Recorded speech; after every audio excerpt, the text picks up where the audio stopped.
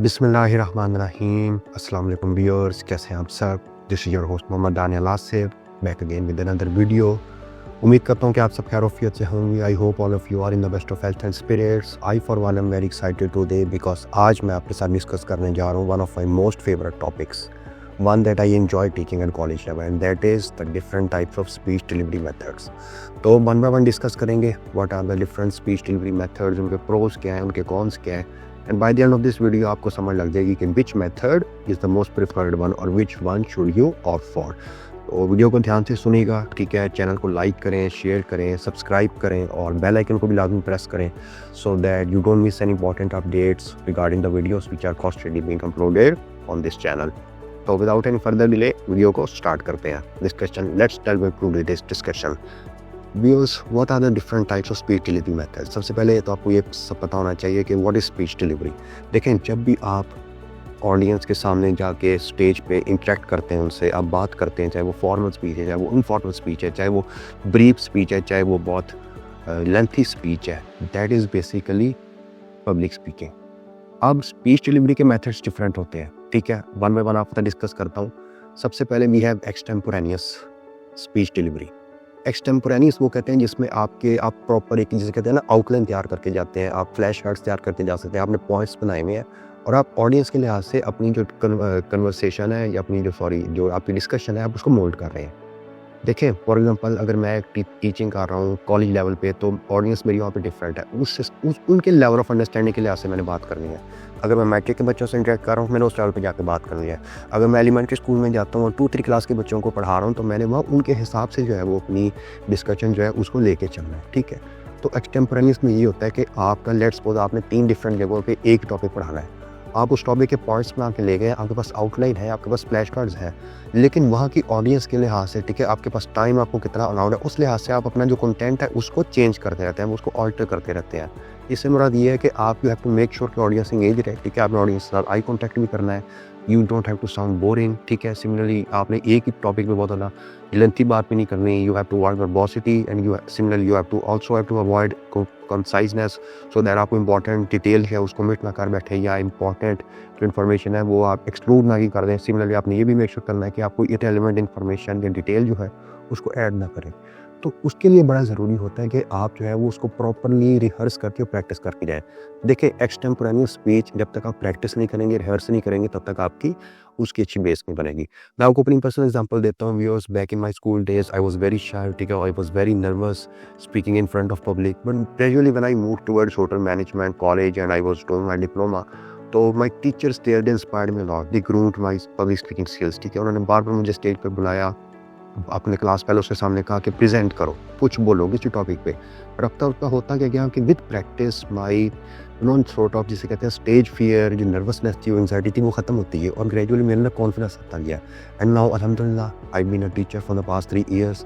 तो now I go in a class and whether it's a 60 minutes class or a 90 minutes class, I feel very comfortable being on stage and interacting with my students without any stage fear or kind of anxiety। तो एक्सटेम्पोरेनियस speech जो है, इसमें basically एक तो आपने अच्छी practice करनी है, अच्छे तरीके से को रिहर्स करके जाना है और मेक श्योर करना है कि चाहे आपके पास पॉइंट्स बने हुए हैं, आउटलाइन आपके पास है, बट आप उसको डिलीवर प्रॉपर वे में कर रहे हैं। इस तरह के सामने जो बैठी ऑडियंस है वो प्रॉपरली इंगेज हो, वो प्रॉपरली उसमें इंटरेस्ट लेके उसको समझे, ओके। इसके बाद बात करते हैं मैन्युस्क्रिप्ट स्पीच के ऊपर, ठीक है। अब मैन्युस्क्रिप्ट की कहते हैं वर्ड बाय वर्ड रीडिंग करने को। अब मैन्युस्क्रिप्ट स्पीच आपको ज़्यादातर मिलती है जो न्यूज़ एंकर्स होते हैं, पॉलिटिकल लीडर्स होते हैं, प्रेसिडेंट्स स्पीचेस होती हैं। इसमें क्या होता है कि chance for margin for error बहुत कम होता है। आपको कई दफ़ा टोन बड़ी इंपॉर्टेंट होती है, आपको इंपॉर्टेंट इन्फॉर्मेशन कन्वे करनी होती है, आपको स्टैट्स बताने होते हैं, आपको डाटा इंक्लूड करना होता है। तो वहाँ पे मतलब ऐसा नहीं है कि आप जो है वो ज़ुबानी या एक्सटेम्पोरेनियस वे में बोल रहे हो और कुछ गलत बोल बैठे, बाद में जो है वो आपकी स्क्रूटनी हो रही हो।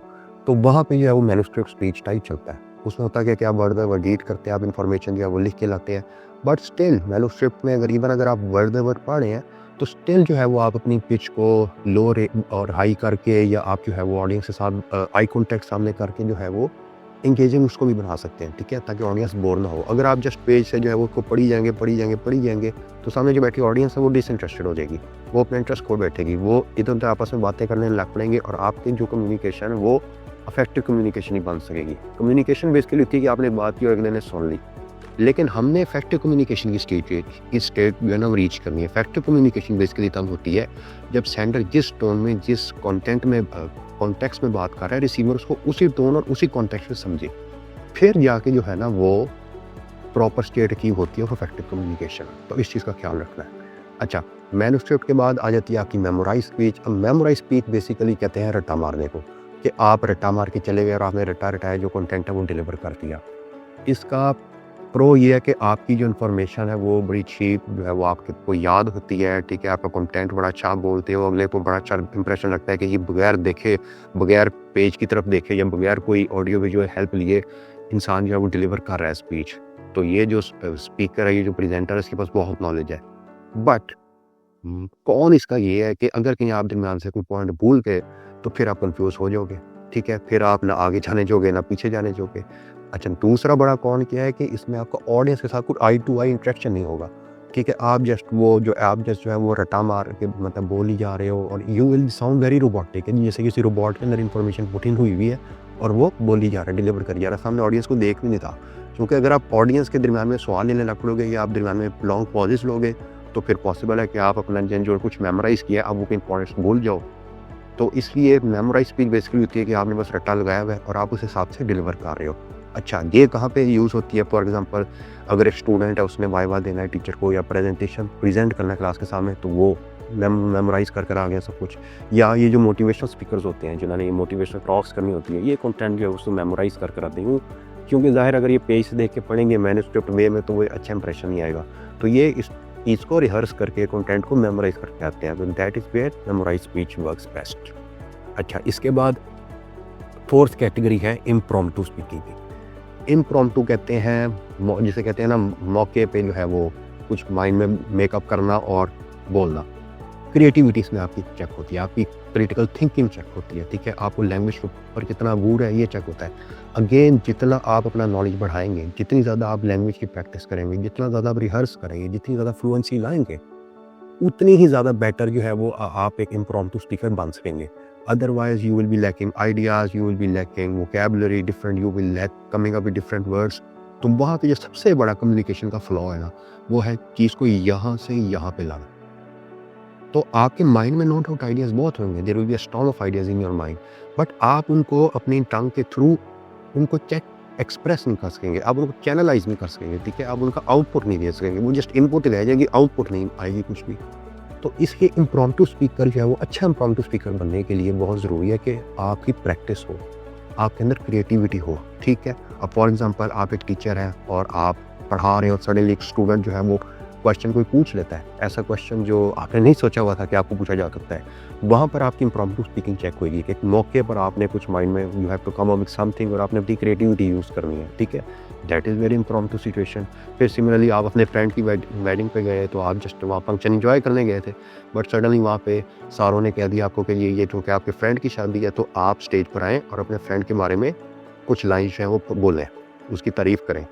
अब अगेन बात हुई है कि आपके माइंड में तो हो सकता है बहुत कुछ हो, बट मौके पे कुछ क्रिएट करना, अल्फाज डिलीवर करना, वहाँ पर जाके आपको जो इम्प्रॉम्प्टू स्पीकिंग है वो चेक होएगी। तो इसलिए in order to become a better impromptu speaker, you have to make sure कि you improve your fluency in language, ठीक है। आप ज़्यादा उसकी प्रैक्टिस करें। If I talk specifically about English language, तो प्ले स्टोर पे एक ऐप है एल्सा स्पीक, ठीक है। आप उस ऐप को डाउनलोड करें, आप रोज़ उसकी प्रैक्टिस करें। इसके अलावा क्या हो सकता है कि आप मिरर के सामने खड़े हों और न्यू डिफरेंट टॉपिक जो अपने माइंड में ला के उनके ऊपर थोड़ा सोच के कंटेंट डिलीवर करने की कोशिश करें, ठीक है। अपनी क्रिएटिविटी चेक करें कि आप ऑन द स्पॉट कितना इफेक्टिवली आंसर कर सकते हैं। ऐसा आंसर जो आपने प्रिपेयर भी नहीं किया हुआ, ठीक है। ऐसे आंसर कंटेंट जिसके लिए आप तैयार ही नहीं है, मौके पर आप क्या कर सकते हैं, ठीक है। अच्छा, इम्प्रॉम्प्टू स्पीकिंग का कौन ये है कि इसमें ऑर्डर और स्ट्रक्चर जो है वो नहीं होगा, क्योंकि ज़ाहिर आप एक चीज़ को पहले से तैयार नहीं कर है, रिहर्स नहीं कर है, तो on the spot just kind of stream of consciousness type के आपके माइंड में जो कुछ आता जाएगा आप वो बोलते जाएंगे। तो उसमें हो सकता है ऑर्डर स्ट्रक्चर जो ग्रामर है और वो जो कहते हैं वो ऊपर नीचे हो जाए, but that is okay as long as you answer to the point. आप कंटेंट को जस्टिफाई कर सकें, ठीक है। जो आपको चीज़ पूछी गई है, अगर आप उसको जस्टिफाई कर सकते हैं तो you will be a fine impromptu speaker, ठीक है। तो इसलिए ये बड़ा ज़रूरी है कि आप अपनी क्रिएटिविटी है उसको इम्प्रूव करें, तो ये viewers basically these were the 4 different types, ठीक है। We have discussed extemporaneous speaking, manuscript speaking, ठीक है, memorize speaking and impromptu speaking.